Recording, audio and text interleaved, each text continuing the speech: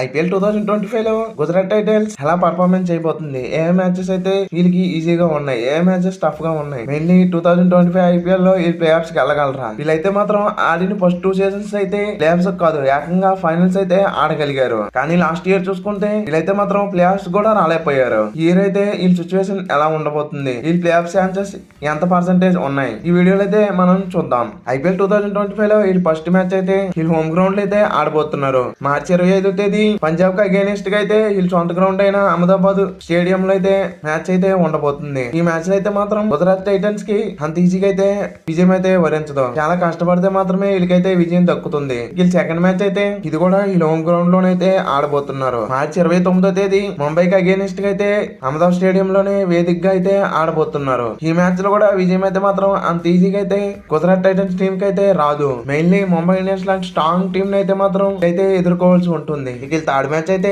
బయట గ్రౌండ్ లో అయితే ఉండబోతుంది. ఏప్రిల్ 2వ తేదీ బెంగళూరు వేదికగా అయితే చిన్నస్వామి స్టేడియం లో అయితే మ్యాచ్ అయితే ఉండబోతుంది ఆర్సీబీకి అగేనిస్ట్ గా. ఈ మ్యాచ్ లో కూడా గుజరాత్ టైటన్స్ కి అయితే మాత్రం అంత ఈజీగా అయితే విజయం దక్కకపోవచ్చు. మనం చూసాం లాస్ట్ ఇయర్ ఆర్సీబీకి అగేనిస్ట్ గా అయితే గుజరాత్ టైటన్స్ అంత బాగా పర్ఫార్మెన్స్ అయితే చేయలేకపోయింది. ఈ ఇయర్ అయితే మాత్రం ఆర్సీబీ మరికొంత స్ట్రాంగ్ గా కనబడుతుంది. ఇక ఫోర్త్ మ్యాచ్ అయితే ఏప్రిల్ 6వ తేదీ హైదరాబాద్ వేదికగా ఎస్ఆర్హెచ్ కి అగేనిస్ట్ గా అయితే మ్యాచ్ అయితే ఆడబోతున్నారు. ఈ మ్యాచ్ లో కూడా వీళ్ళకైతే మాత్రం విజయం అయితే అంత ఈజీగా అయితే రాకపోవచ్చు. వీళ్ళైతే మాత్రం చాలా కష్టపడాల్సి ఉంటుంది. ఈ మ్యాచ్ లో కూడా ఎస్ఆర్హెచ్ టీం అయితే మాత్రం వాళ్ళ సొంత గ్రౌండ్ లో ఎంత స్ట్రాంగ్ గా మనం ప్రత్యేకంగా చెప్పక్కర్లేదు. ఇక వీళ్ళు ఫిఫ్త్ మ్యాచ్ అయితే వీళ్ళు సొంత గ్రౌండ్ లో అయితే ఆడబోతున్నారు. ఏప్రిల్ 9వ తేదీ రాజస్థాన్ కి అగేనిస్ట్ గా వీళ్ళ సొంత గ్రౌండ్ అయిన అహ్మదాబాద్ లో అయితే మ్యాచ్ అయితే ఉండబోతుంది. ఈ మ్యాచ్ లో అయితే మాత్రం విజయం అనేది 50-50 అనే చెప్పాలి. వీళ్ళు సొంత గ్రౌండ్ లో ఆడుతున్నప్పటికీ ఈ మ్యాచ్ లో కూడా చాలా కష్టపడుతున్న విజయం అయితే దక్కుతుంది. ఇక వీళ్ళ 6వ మ్యాచ్ అయితే ఏప్రిల్ 12వ తేదీ లక్నో వేదికగా ఎల్ఎస్సీ కి అగేనిస్ట్ గా అయితే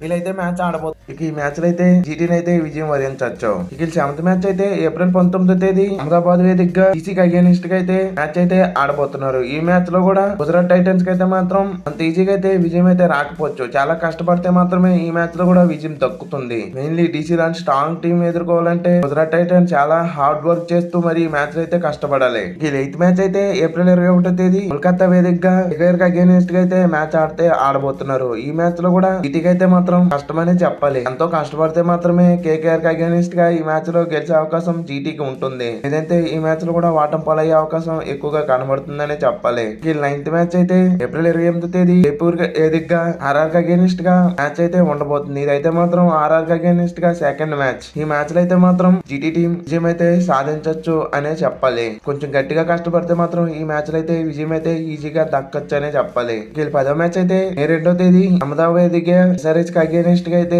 మ్యాచ్ అయితే ఆడబోతున్నారు. ఈ మ్యాచ్ లో అయితే మాత్రం జీటీకి అయితే మాత్రం అంత ఈజీగా అయితే విజయం దక్కకపోవచ్చు. మెయిన్లీ లాస్ట్ ఇయర్ చూసాం ఇదే గ్రౌండ్ లో ఎస్ఆర్హెచ్ టీం జీటీకి అగేనిస్ట్ గా అయితే విజయాన్ని ఎగరేసుకుంటూ పోయింది. ఈ మ్యాచ్ లో కూడా ఎస్ఆర్హెచ్ టీం టీఎంసీని రిపీట్ చేసినా కూడా మనం ఆశ్చర్యపోవక్కర్లేదు. వీళ్ళు 11వ మ్యాచ్ అయితే మే 6వ తేదీ ముంబైకి అగేనిస్ట్ గా ముంబై స్టేడియం లో అయితే వీళ్ళకి మ్యాచ్ అయితే ఉండబోతుంది. ఈ మ్యాచ్ లో కూడా జీటీకి అయితే మాత్రం అంత ఈజీగా అయితే మాత్రం విజయం అయితే రాకపోవచ్చు అని చెప్పాలి. చాలా కష్టపడితే మాత్రమే ముంబైకి అగేనిస్ట్ గా జీటీ అయితే విజయం సాధించగలుగుతుంది. లేదంటే ఈ మ్యాచ్ లో కూడా కష్టమే. వీళ్ళు 12వ మ్యాచ్ అయితే మే 11వ తేదీ ఢిల్లీ వేదికగా డీసీకి అగేనిస్ట్ గా అయితే మ్యాచ్ అయితే ఆడబోతున్నారు. ఈ మ్యాచ్ లో కూడా వీళ్ళకైతే మాత్రం విజయం అయితే కష్టమనే చెప్పాలి. చాలా కష్టపడితే మాత్రమే ఈ మ్యాచ్ లో కూడా వీళ్ళకైతే విజయం అయితే దక్కుతుంది. లేదంటే మాత్రం ఈ మ్యాచ్ లో కూడా ఓటం ఖాయమే. ఇక వీళ్ళు 13వ మ్యాచ్ అయితే మే 14వ తేదీ లక్నోకి అగేనిస్ట్ గా అహ్మదాబాద్ వేదిక అయితే మ్యాచ్ అయితే ఉండబోతుంది. ఈ మ్యాచ్ లో అయితే మాత్రం జీటీ టీం గెలిచే అవకాశం ఎక్కువగా కనబడుతుందని చెప్పాలి. ఈ మ్యాచ్ లో అయితే మాత్రం ఐపీఎల్ 2025 లో వీళ్ళు గ్రూప్ స్టేజ్ లాస్ట్ మ్యాచ్ అయితే మాత్రం మే 18వ తేదీ అహ్మదాబాద్ వేదికగా సిఎస్కే కి అగేనిస్ట్ గా అయితే మ్యాచ్ అయితే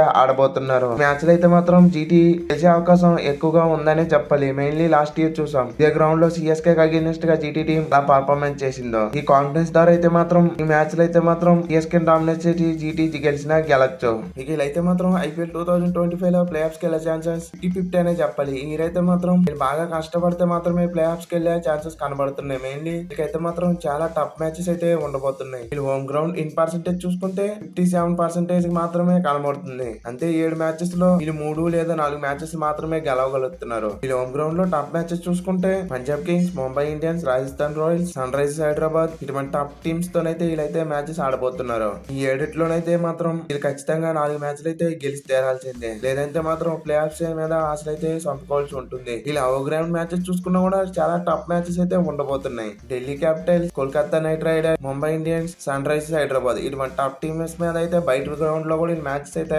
ఆడబోతున్నారు. బయట గ్రౌండ్ లో ఎలాగ చూడు 3 లేదా 4 మ్యాచెస్ అయితే గెలవాల్సి ఉంటుంది. హోమ్ గ్రౌండ్ లో ఎక్కువ మ్యాచ్లు ఓడిపోతే బయట గ్రౌండ్ లో ఎక్కువ మ్యాచెస్ అయితే జీటీ టీం గెలవాల్సి ఉంటుంది. లేదంటే మాత్రం ఆ ప్లే ఆఫ్స్ కి వెళ్లే ఛాన్సెస్ అనేవి చాలా తగ్గిపోతున్నాయి. మెయిన్లీ లాస్ట్ ఇయర్ చూసాం జీటీ టీం అయితే మాత్రం అంత బాగా పర్ఫార్మెన్స్ చేయలేకపోయింది. Mainly Hardik Pandya captaincy lot అయితే క్లియర్ కట్ గా కనబడింది. సుమన్ గిల్ కెప్టెన్ గా అయితే లాస్ట్ ఇయర్ అంత బాగా జీటీ టీం అయితే లీడ్ చేయలేకపోయాడు. ఈ ఇయర్ అయితే మాత్రం తనకైతే మాత్రం టఫ్ సిచ్యువేషన్ అయితే ఉండబోతుంది. మెయిన్లీ తన టీం అయితే ఎలా లీడ్ చేస్తాడో చూడాల్సి ఉంటుంది. ఇక 2025 ఐపీఎల్ లో Gujarat Titans team play offs కి వస్తుందా రాదా అనేది మీరు కింద కామెంట్ చేయండి friends. Thank you for watching. Have nice day friends. More videos కోసం మన ఛానల్ సబ్స్క్రైబ్